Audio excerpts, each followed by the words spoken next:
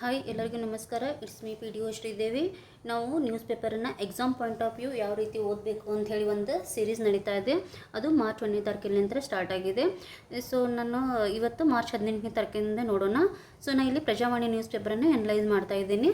ಯಾಕಂತಂದರೆ ಎಲ್ಲರಿಗೂ ಗೊತ್ತಿದೆ Prajavani is the good news paper for competitive exam ಅಂತ ಹೇಳಿ. ಓಕೆ, ಇದೇನಿದು ಫಸ್ಟ್ನೇದು ಇರಾನ್ ಭದ್ರತಾ ಮುಖ್ಯಸ್ಥನ ಹತ್ಯೆ. ಓಕೆ, ಇದು ಏನು ಬೇಡ ಅಂದರೆ ಮೊನ್ನೆ ಕಮೇನಿ ಹತ್ಯೆ ಆಗಿತ್ತು, ಇವಾಗ ಭದ್ರತಾ ಮುಖ್ಯಸ್ಥನ ಹತ್ಯೆ ಆಗಿದೆ ಅಂತ ಹೇಳ್ತಾರೆ.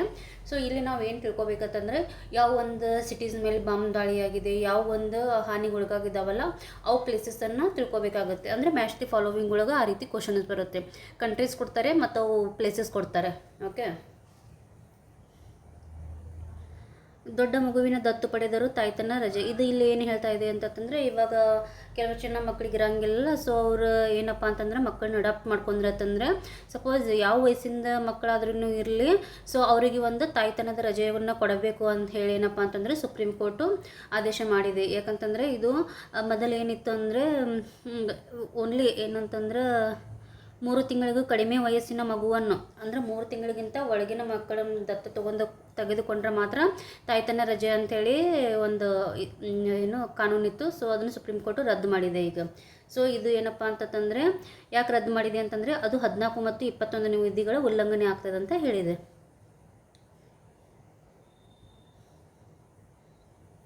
ಇದೆಲ್ಲ ಏನು ಬೇಡ, ಮಳೆ ಆಯ್ತಲ್ಲ ಮೊನ್ನೆ, ಇದು ಇಂಪಾರ್ಟೆಂಟ್ ಆಗುತ್ತೆ. ನೀತಾ ಅಂಬಾನಿ ಅವರಿಗೆ ಏನಪ್ಪ ಅಂತಂದ್ರೆ ಕಳಿಂಗ ವಿವಿಧ ಮಾನವತಾವಾದಿ ಪ್ರಶಸ್ತಿ 2025 ಗೌರವ. ಓಕೆ, ಇತ್ತೀಚೆಗೆ 2025ರಲ್ಲಿ ಏನಪ್ಪ ಅಂತಂದ್ರೆ ಮಾನವತಾವಾದಿ ಪ್ರಶಸ್ತಿಯನ್ನು ಪಡೆದವರು ಯಾರತ್ತ ಕೇಳ್ತಾರೆ, ಇದು ಕಳಿಂಗ ವಿವಿ ಕೊಡ್ತೈತಿ. ಸೊ ಗೊತ್ತಿರಲಿ. ಓಕೆ, ಏನಿದು Kalinga institute of social sciences ಏನಪ್ಪ ಅಂತಂದ್ರೆ ಇದು ಮಾನವತಾವಾದ ಪ್ರಶಸ್ತಿ ಏನಪ್ಪ ಅಂತಂದ್ರೆ ಅದು ಸ್ಥಾಪನೆ ಆಗಿದ್ರ ಬಗ್ಗೆ ಹಿನ್ನೆಲೆ ಐತಿ. ಇದು 2008ರಲ್ಲಿ ಏನಪ್ಪ ಅಂತಂದ್ರೆ ಸ್ಥಾಪನೆ ಆಗೈತಿ. ಸೊ ಇದನ್ನು ಸ್ಥಾಪನೆ ಮಾಡಿದವರು ಯಾರು, ಅಚ್ಯುತ್ ಸಮಂತರವರಿಂದ ಪ್ರಾರಂಭ ಆಗೈತಿ. ಯಾಕೆ ಕೊಡ್ತಾರೆ ಅಂತಂದರೆ ಇದು ಜಾಗತಿಕ ಮಟ್ಟದಲ್ಲಿ ಮಾನವೀಯ ಸೇವೆ ಸಲ್ಲಿಸುವ ವ್ಯಕ್ತಿಗಳಿಗೆ ವೆರಿ ಇಂಪಾರ್ಟೆಂಟ್ ಆಗುತ್ತೆ. ಅಂದರೆ ಯಾವ ಕ್ಷೇತ್ರದಲ್ಲಿ ಮಾನವೀಯ ಕ್ಷೇತ್ರದಲ್ಲಿ ಸೇವೆ ಸಲ್ಲಿಸಿದವರಿಗೆ ಏನಪ್ಪ ಅಂದರೆ ಇದು ಪ್ರಶಸ್ತಿಯನ್ನು ನೀಡಲಾಗುತ್ತದೆ. ಸೊ ಇದಕ್ಕಿಂತ ಮುಂಚೆ ಏನಪ್ಪ ಅಂತಂದ್ರೆ ನಮ್ದು ರತನ್ ಟಾಟಾ ಆಗಿರ್ಬೋದು, ಟಿಬೆಟಿಯನ್ ಧರ್ಮಗುರುಗಳಾದ ದಲೈ ಲಾಮಾ ಸೇರಿ ಸಾಮಾಜಿಕ ನಾಯಕರಿಗೆ ಇದು ಪ್ರಶಸ್ತಿ ಸಿಕ್ಕಿದೆ ಅಂತೇಳಿ ಗೊತ್ತಿರಲಿ. ಓಕೆ, ಇದು ಕಳಿಂಗ ವಿವಿ ಏನಿದೆಯಲ್ಲ ಇದು ವಿಶ್ವದ ಅತಿ ದೊಡ್ಡ ಬುಡಕಟ್ಟು ವಿಶ್ವವಿದ್ಯಾಲಯ ಎಂಬ ಹೆಗ್ಗಳಿಕೆಗೆ ಪಾತ್ರವಾಗಿದೆ. ಇದೊಂದು ಗೊತ್ತಿರಲಿ. ಸೊ ಇದು ಭುವನೇಶ್ವರ ಅಂದರೆ ಒಡಿಸ್ಸಾ ರಾಜ್ಯದಲ್ಲಿ ಕಂಡುಬರ್ತದೆ. ಓಕೆ,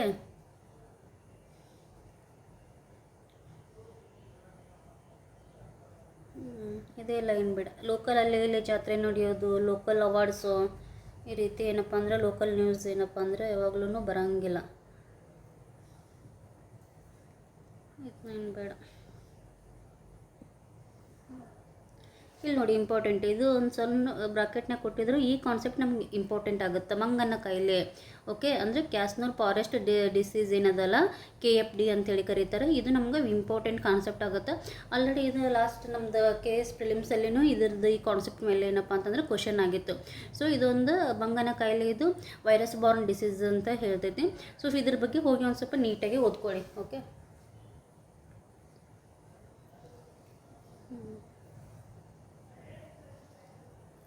ಇಲ್ಲಿ ಅದೇ ನಿನ್ನೆ ವಯೋವಂದನಾ ಸ್ಕೀಮ್ ಬಗ್ಗೆ ಹೇಳಿದ್ನಲ್ಲ. ಸೊ ಅದು ಅವ್ರದ್ದು ಇಂಪ್ಯಾಕ್ಟ್ಲಿಂತರ ಪರಿಷತ್ನಲ್ಲಿ ಅದು ಪ್ರಸ್ತಾಪ ಆಗಿದೆ ಅಂತ ಹೇಳ್ತಾರೆ. ಸೊ ಇದೆಲ್ಲ ನಮ್ಗೆ ಏನು ಬೇಕಾಗಿಲ್ಲ, ಬಟ್ ವಯೋವಂದನಾ ಸ್ಕೀಮ್ ಇಂಪಾರ್ಟೆಂಟ್ ಆಗುತ್ತೆ. ಸೊ ವಯೋವಂದನಾ ಸ್ಕೀಮ್ ಎದಕ್ಕೆ ಸಂಬಂಧಿಸಿದೆ ಅಂತೇಳಿ ಕಮೆಂಟ್ ಸೆಕ್ಷನಲ್ಲಿ ಮೆನ್ಷನ್ ಮಾಡಿ. ಓಕೆ,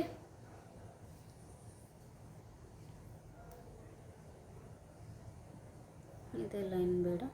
ಆಲೆಕಲ್ಲು ಮಳೆ ಆಗಿದೆ ಎಲ್ಲ, ಇದು ಏನು ಬೇಡ. Lok Adalat concept very important ಆಗುತ್ತೆ. ಇದೊಂದು ಹೈ ಈಲ್ಡಿಂಗ್ ಟಾಪಿಕ್ ಅಂತ ಹೇಳ್ಬೋದು. ಓಕೆ, ಲೋಕ್ ಅದಾಲತ್ ಏನಪ್ಪ ಅಂತಂದ್ರೆ ನಮ್ದು ವೀಕರ್ ಸೆಕ್ಷನ್ನಿಗೆ ಒಂದು ಪ್ರೀ ಲೀಗಲ್ ಏಡ್ ಕೊಡುವಾಗ ಏನಪ್ಪ ಅಂತಂದ್ರೆ ಉಚಿತ ಕಾನೂನಿನ ಸೇವೆಯನ್ನು ಕೊಡುವ ಸಲುವಾಗಿ ಏನಪ್ಪ ಅಂತಂದರೆ ಲೋಕ್ ಅದಾಲತ್ ಸ್ಥಾಪನೆ ಆಗಿದೆ. ಇದು ಒಂದು ಗೊತ್ತಿರಲಿ. ಹೋಗಿ ನೀಟಾಗಿ ಓದ್ಕೊಳ್ಳಿ. ಅಂತಂದರೆ ಈ ಲೋಕ್ ಅದಾಲತದಲ್ಲಿ ಯಾವ್ಯಾವ ಒಂದು ಕೇಸಸ್ ತೊಗೋತಾರೆ, ಸಿವಿಲ್ ತೊಗೋತಾರೆ, ಕ್ರಿಮಿನಲ್ ತೊಗೋತಾರೆ, ಮತ್ತು ಇಲ್ಲಿ ಅಪಾಯಿಂಟ್ಮೆಂಟ್ ಪ್ರೊಸೆಸ್ ಯಾವ ರೀತಿ ಇದೆ. ಸೊ ಇದನ್ನೆಲ್ಲ ಏನಪ್ಪ ಅಂತಂದರೆ ನೋಡ್ಕೋಬೇಕಾಗತ್ತೆ. ಮತ್ತು ಅವು ವೀಕರ್ ಸೆಕ್ಷನ್ಸ್ ಯಾವುವು ಅಂಥೇಳಿ ಗೊತ್ತಿರಬೇಕು. ಓಕೆ,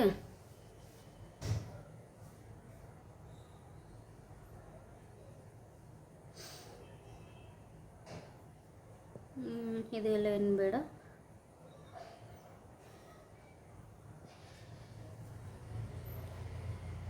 ಸೊ ಇಲ್ಲಿ ಏನು ಹೇಳ್ತಾ ಇದೆ, ಕಬ್ಬು ಬೆಳೆಗಾರರಿಗೆ ಕಡಿಮೆ ಬಿಲ್ ಪಾವತಿ ಆಗಿದೆ, ಸೊ ನೋಟಿಸ್ ಕೊಟ್ಟಿದ್ದಾರೆ ಅಂತ ಹೇಳ್ತಾ ಇದ್ದಾರೆ. ಇದು ಎಲ್ಲ ಏನು ಬೇಡ.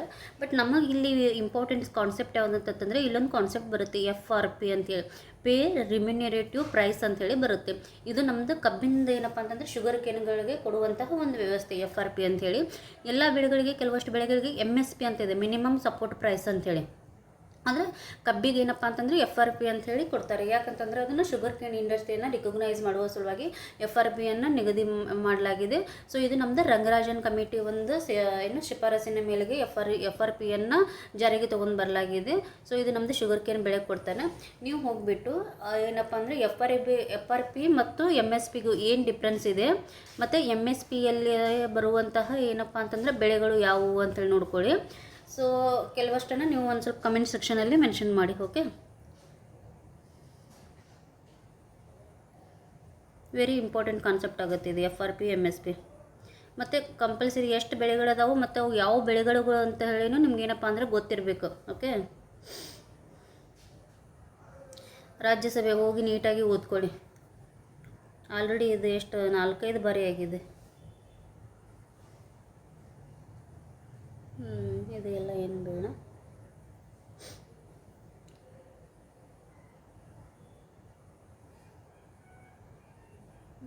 ಇದೆಲ್ಲ ಸೊ ಇದು ಇಂಧನ ಉಳಿತಾಯಕ್ಕೆ ಅದು ಇದು ಹೇಳ್ತಾ ಇದ್ದಾರೆ. ಇಲ್ಲ ಏನು ಬೇಡ.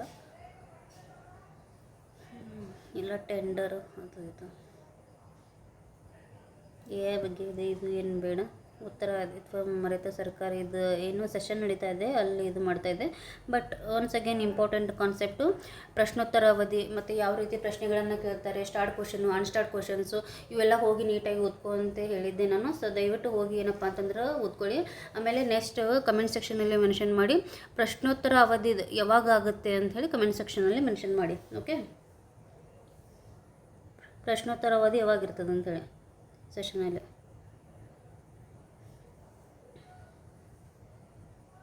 ಸೊ ಇದು ಭಾರತದಲ್ಲಿ ಕುಸಿಯುತ್ತಿದ್ದ ಧಾರ್ಮಿಕ ಸ್ವಾತಂತ್ರ್ಯ ಅಂತ ಹೇಳ್ತಿದ್ದಾರೆ. ಯಾರು ಹೇಳ್ತಿದ್ದಾರೆ? ಅಮೆರಿಕಾದ ಯಾವುದೋ ಒಂದು ಸಂಸ್ಥೆ ಹೇಳ್ತಿದೆ.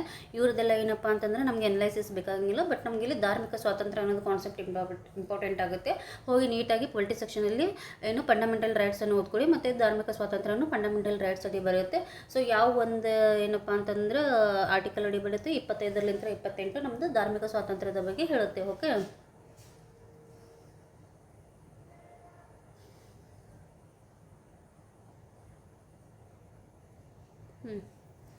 ಇಲ್ಲಿ ನೋಡಿ LPG ಕೊರತೆ PNGಗೆ ಒತ್ತು ಅಂತ ಹೇಳ್ತಾ ಇದ್ದಾರೆ.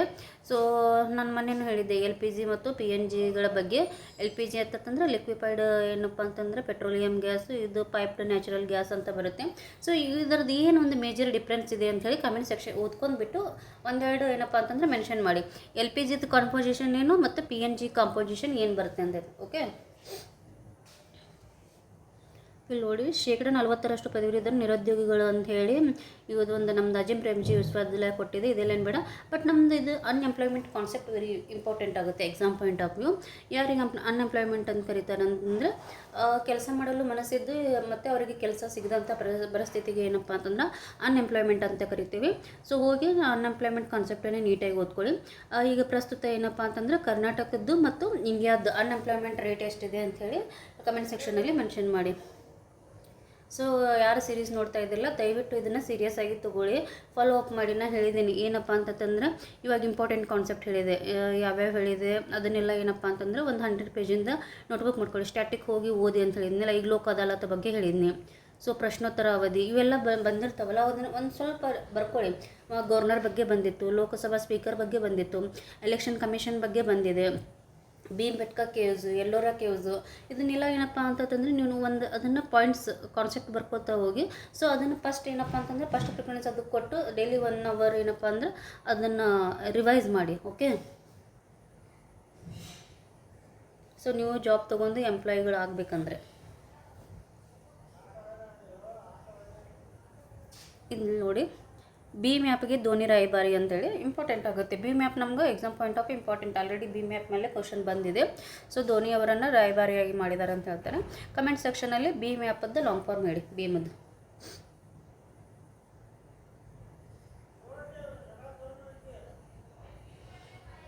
ಏನಿಲ್ಲ ಅಂತಂದರೆ ಒಂದು ಅರೌಂಡ್ 500 ಪ್ಲಸ್ ಯೂಸ್ ಆಗ್ತಾಯಿದೆ. ಬಟ್ ಕನ್ಸಿಸ್ಟೆನ್ಸಾಗಿ ಏನಪ್ಪ ಅಂತಂದರೆ ಕಮೆಂಟ್ಸ್ ಮಾಡೋರು ಒಂದು 10 ಮೆಂಬರ್ಸ್ ಕೆಳಗಡೆ ಇದ್ದೀರಾ. ಯಾಕೆ ಉಳ್ಕಿದ್ದವ್ರಿಗೆ ಏನಾದರೂ ಪ್ರೆಷರ್ಸ್ ಇದ್ದೀರಾ ಅಥವಾ ಕೆಲವಷ್ಟು ಜನಕ್ಕೆ ಏನಾದರೂ ಗೊತ್ತಿದ್ರು ಯಾಕೆ ಕಮೆಂಟ್ ಮಾಡಬೇಕು ಅಂತಿದ್ದೇನೋ ನನಗೇನು ಗೊತ್ತಾಗ್ತಾಯಿಲ್ಲ. ಬಟ್ ನಾ ಏನು ಹೇಳ್ತಾ ಇದ್ದೀನಿ, ಹೋಗಿ ಯಾವ ಕಾನ್ಸೆಪ್ಟ್ ನಾವು ಸ್ಟಾರ್ಟಿಗೆ ಹೇಳಿರ್ತೀನಿಲ್ಲ, ಇಂಟಿಗ್ರೇಟೆಡ್ ಅಪ್ರೋಚ್ ಇರಲಿ ಅಂತ ಹೇಳ್ತಾ ಇದ್ದೀನಿ. ಸೊ ಎಲ್ಲ ಕ್ವಶನ್ಸ್ ರ್ಯಾಂಡಮ್ ಆಗಿ ಬರೋಂಗಿಲ್ಲ, ಅವು ಇಂಪಾರ್ಟೆಂಟ್ ಇರ್ತವೆ. ಮತ್ತು ಇದು ಲೋಕ್ ಅದಾಲತ್ ಕಾನ್ಸೆಪ್ಟಿಗೆ ಫಾರ್ ಎಕ್ಸಾಂಪಲ್ ಹೇಳಿದ್ನಲ್ಲ, ಅದು ನಮ್ದು ಹೈ ಯೀಲ್ಡಿಂಗ್ ಟಾಪಿಕ್ ಅಂತ ಹೇಳ್ಬೋದು. ಆಲ್ರೆಡಿ ಅದ್ರ ಮೇಲೆ ಏನಪ್ಪ ಅಂತಂದರೆ UPSC ಪ್ರಿಲಿಮ್ಸಲ್ಲೇ ಕ್ವಶನ್ ಆಗಿದೆ. ಸೊ UPSCಗೆ ಇಂಪಾರ್ಟೆಂಟ್ ಇರೋ ಕಾನ್ಸೆಪ್ಟು ನಮ್ಮ ಸ್ಟೇಟ್ ಎಕ್ಸಾಮಿಗೆ ಏನು ಇಂಪಾರ್ಟೆಂಟ್ ಆಗಲ್ವಾ. ಸೊ ಅದಕ್ಕೆ ನಾನು ಏನಪ್ಪ ಅಂತಂದರೆ ಹೇಳ್ತಾ ಇರ್ತೀನಿ. ಓಕೆ, ಸುಮ್ಮನೆ ಈಗ ಯಾವುದೋ ಹೇಳ್ಬೋದಾಗಿತ್ತು ಇದು ಓದಿ ಅಂಥೇಳಿ, ಆ ರೀತಿ ಎಲ್ಲ ಏನಪ್ಪ ಅಂತಂದರೆ ಮಾಡೋದು ಸರಿ ಅನ್ಸಂಗಿಲ್ಲ. ಟೆಹರಾನ್, ಬೈರೂತ್ ಇದು ಯಾವ ಒಂದು ಏನಪ್ಪ ಅಂತಂದರೆ ದೇಶದಲ್ಲಿ ಕಂಡು ಬರುತ್ತೆ ಅಂತೇಳಿ ಕಮೆಂಟ್ ಸೆಕ್ಷನಲ್ಲಿ ಮೆನ್ಷನ್ ಮಾಡಿ. ಆಲ್ರೆಡಿ 3 ಸಲ ಹೇಳಿದ್ದೀನಿ ನಾನು.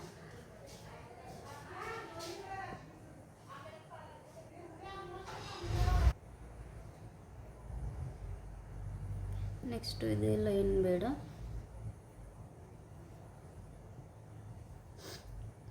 ಬೇಕಾಗಿಲ್ಲ. ಸೊ ನೋಡಿಯಪ್ಪ, ಈಗ ಮತ್ತೆ ಇನ್ನು ಏನಪ್ಪ ಅಂದರೆ ಇದು IPL ಬರ್ತಾಯಿದೆ, ವರ್ಲ್ಡ್ ಕಪ್, T20 ಇದನ್ನೆಲ್ಲ ನೋಡ್ಕೊತ ಕೂತ್ರೆ ನಿಮ್ಮ ಟೈಮ್ ವೇಸ್ಟ್ ಆಗುತ್ತೆ. ಸೊ ದಯವಿಟ್ಟು ಯಾರು ಅದು ಆ ರೀತಿ ಏನಪ್ಪ ಅಂದರೆ ನೀವು ಟೈಮ್ ವೇಸ್ಟ್ ಮಾಡಬೇಡಿ. ನಿಮ್ಮ ಕರಿಯರ್ ನಿಮಗೆ ಇಂಪಾರ್ಟೆಂಟ್.